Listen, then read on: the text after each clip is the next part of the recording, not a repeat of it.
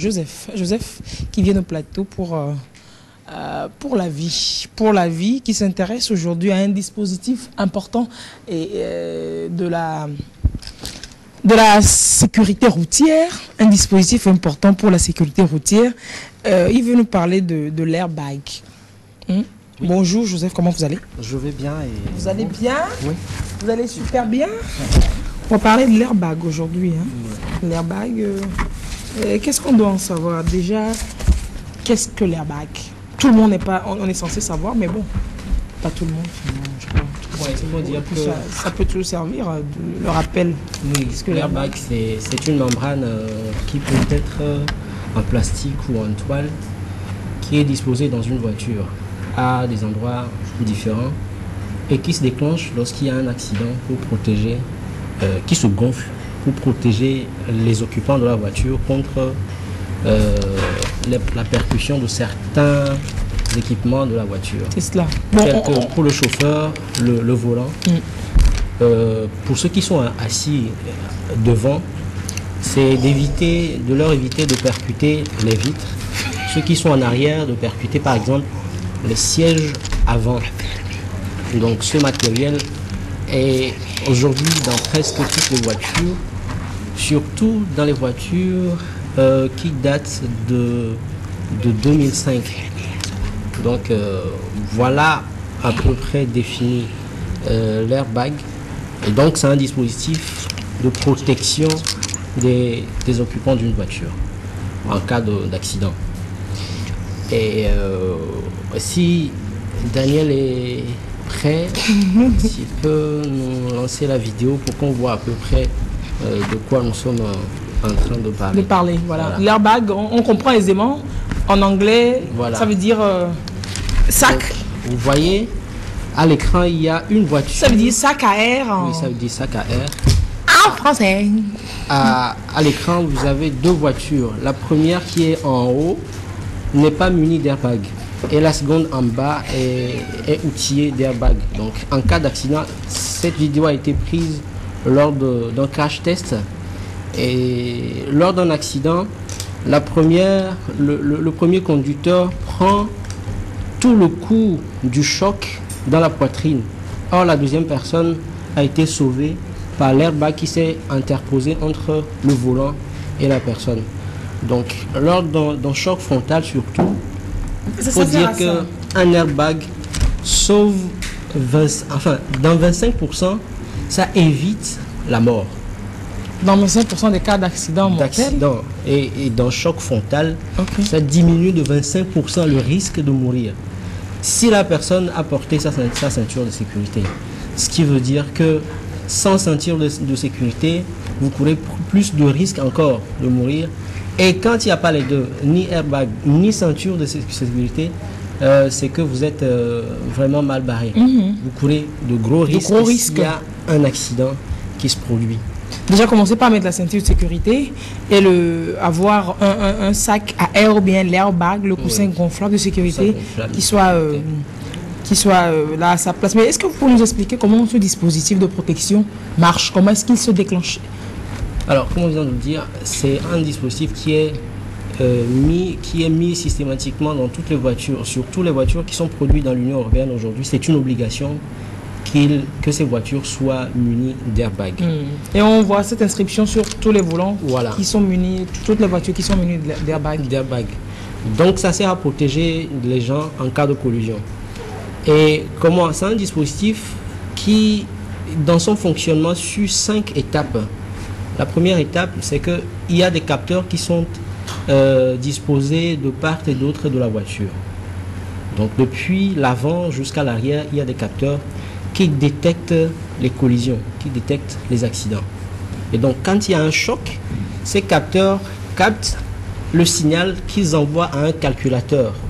Le calculateur va prendre en compte plein de paramètres. Il s'agit de quel type de collision? Est-ce que c'est une collision frontale, latérale, à l'arrière? Est-ce que la voiture est en train de faire un tonneau? Donc il prend tout ça en compte. Il prend aussi en compte la vitesse d'impact. Il prend en compte la raideur de l'obstacle. Est-ce que la voiture est entrée dans un buisson Là, l'amortissement est beaucoup plus lent que si la voiture donc, est rigide devant. Voilà. Que si la voiture rentrait dans un mur. Donc, il prend tout ça en compte pour décider s'il faut déclencher l'airbag ou pas. En fait, tout ça dans une fraction de seconde. Hein, dans une fraction de seconde. Ça se passe à peu près dans 150 millisecondes. C'est en un et même pas une seconde. Non, ça n'atteint pas une seconde. Super. Ça n'atteint pas une seconde. Donc tout ça est fait. Ensuite, s'il faut procéder au déclenchement de l'airbag, il y a un signal qui est envoyé à un déclencheur qui envoie du gaz. En fait, il y a une bonbonne de gaz qui est disposée quelque part et quand ça se déclenche, il envoie une bonne quantité, à peu près 17 litres de gaz dans le ballon. Et c'est là que le ballon explose. Donc, et cette bonbonne de gaz aussi est dans nos voitures qu'on conduit là? Oui, dans nos voitures. C'est un tout petit truc. Mais ça combien? Combien de litres de gaz? Ça peut envoyer 17 litres de gaz. C'est lorsque ça se déploie qu'on a cette quantité-là. Sinon, c'est bien comprimé. C'est du gaz comprimé. Voilà, c'est du gaz comprimé. Ensuite, il y a le déploiement du sac. Donc, ça fait exploser, pour le chauffeur, ça fait exploser le volant, une partie du volant, et le sac sort. Après, il y a l'amortissement. Parce que il y a un dispositif qui est contenu dans la ceinture de sécurité, ce qu'on appelle le prétensionneur. Donc, le prétensionneur, lorsqu'il y a impact, le prétensionneur empêche la ceinture de sécurité de dérouler. De s'étendre.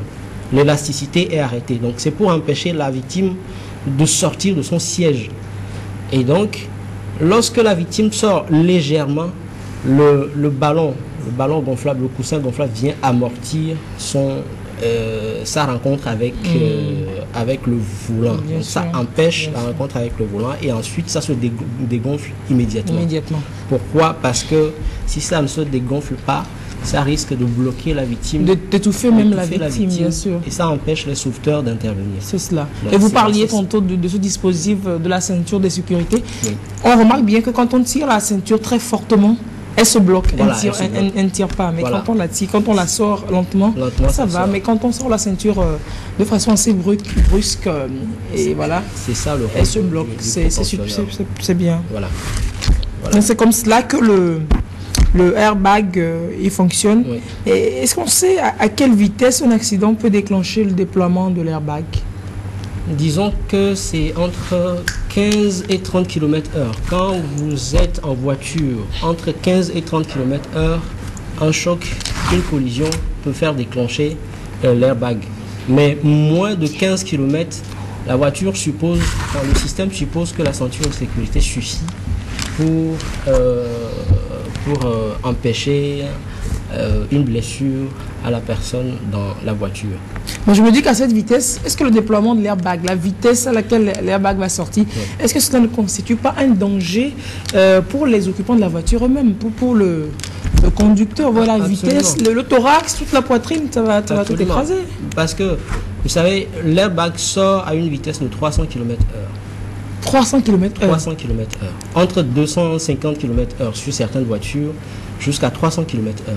C'est pour ça que le temps de déploiement est assez court. 150 millisecondes.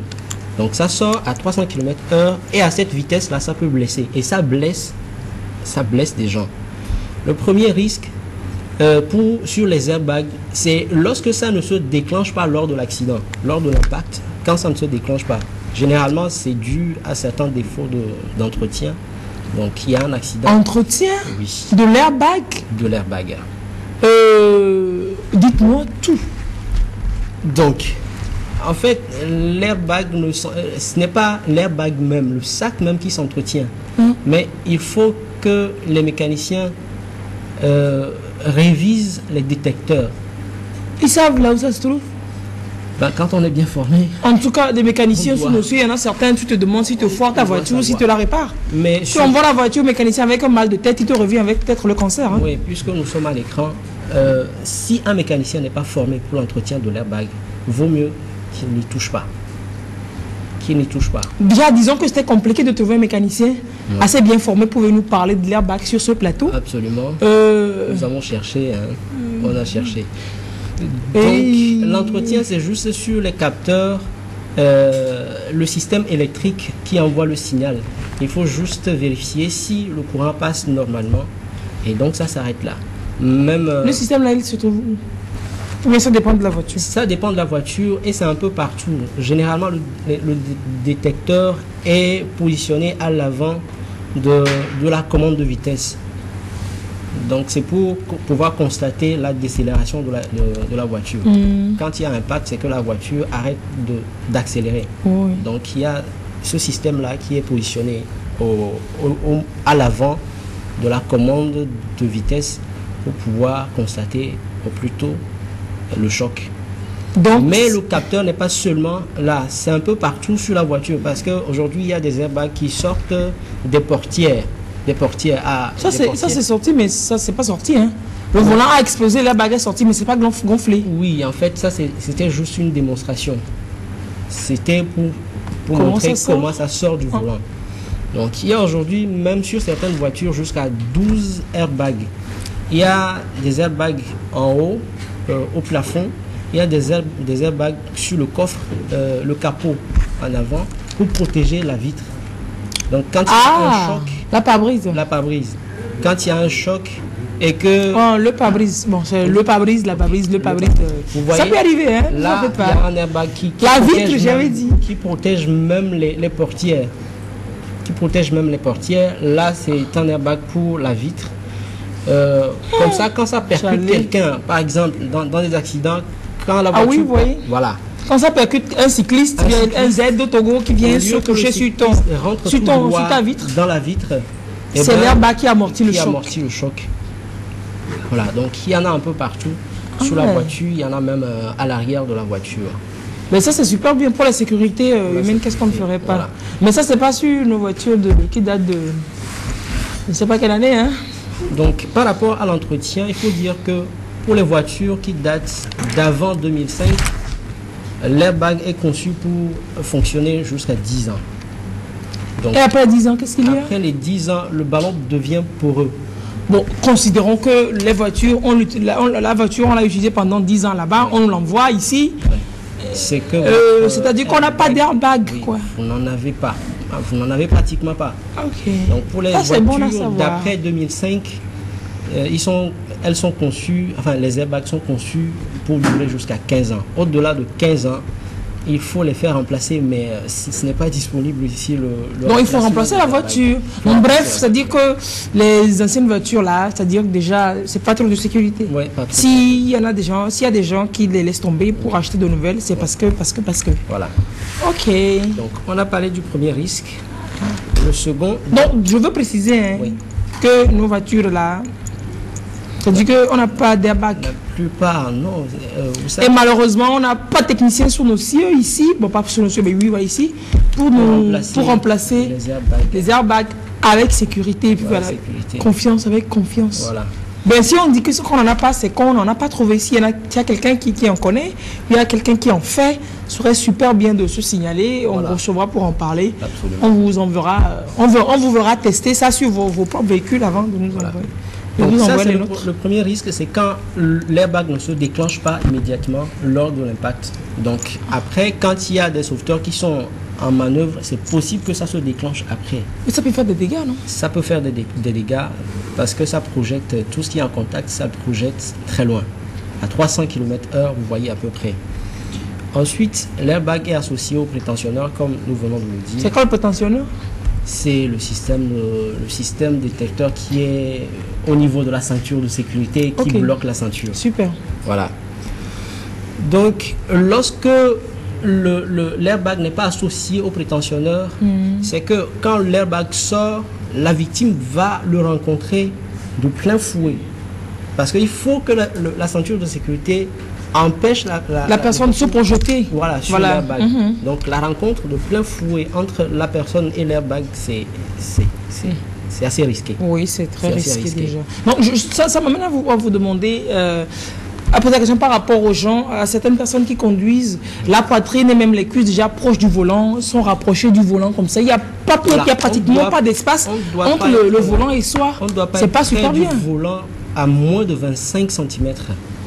C'est pour ça que 25 pour les centimètres, personnes c'est de pas- petite taille qui sont obligées d'être proches du volant, il est recommandé de désactiver l'airbag et de mettre tout simplement la ceinture. Sinon, l'airbag devient un autre danger potentiel pour votre vie. Attendez. Donc, Donc quand- pour les personnes de petite taille, de petite taille, qui sont obligées d'être rapprocher collées au du volant comme à ça, moins de 25 cm, désactivez plutôt l'airbag. Vous n'en avez pas besoin dans le volant. parce que c'est ça plutôt qui pourrait vous tuer. Qui pourrait vous tuer. Même chose pour les enfants. Vous savez, il y a des sièges bébés qui sont disposés à l'avant de la voiture et on tourne, le bébé tourne le dos à la route. Donc, C'est pas bien. Ce n'est pas du tout bien. Dans ce Déjà, cas-là, le siège bébé, désactiver- c'est à l'arrière, je crois. Oui, il y a Normalement, il y a des gens qui le mettent à l'avant pour être voilà, en contact avec leur bébé. Et le bébé fait dos à la route. Dans ce Il faut cas-là, désactiver l'airbag aussi. l'airbag. Sinon, ça projette l'enfant du dos vers le siège adulte qui est juste en face du bébé. Donc ça, ce sont les dangers. faut savoir Alors, même en l'utiliser, présence de prétentionneurs qui déclenchent le mécanisme de la ceinture de sécurité, il y a toujours des blessures qui sont possibles, des brûlures à l'avant-bras parce que le chauffeur tient le volant avec les deux mains et le ballon gonflable sort entre les deux bras, ça peut brûler, ça peut causer des brûlures. Bon, si c'est que la brûlure, Des traumatismes au visage aussi. traumatisme, Quand, on en a vu un peu là. Je disais, ça, on peut gérer tout ça, hein, c'est bien mieux que la mort. Voilà, je pense que Eleonore nous fait une mine Serré. effrayante. Pour finir donc, Pour finir, il faut dire que même la détonation de l'airbag peut causer des lésions au tympan. Donc, ce n'est pas sans danger. Et l'entretien, comme on vient de le dire, ne se fait qu'avec des gens bien formés. Maintenant, un petit message pour les conducteurs. Ce n'est pas parce que vous avez un airbag et une ceinture de sécurité qu'il faut rouler à une vitesse irresponsable. Soyez responsable dans vos voitures. Prudence sur la route. prudence sur la route. Prudence Merci sur la bien, Joseph, merci pour ces informations assez pratiques. Déjà de savoir que les véhicules qui datent de plus de 10 ans, les airbags, Disant s'ils sont fabriqués avant 2005. Plus de 10 ans si la voiture est oui, fabriquée mais avant bon, 2005. 15 ans, si c'est fabriqué après 2005. Après 2005, Attends, tu penses les voitures là, qu'on achète au port, il y en a plein qui sont fabriquées en 2005. Les voitures de 95, 98 qu'on ramasse pour conduire. Bref, alors prudence. prudence sur la route. Voilà. Joseph, merci beaucoup. Hein. Merci. Merci pour toutes ces belles informations que vous nous passez. Et très belle journée à vous également.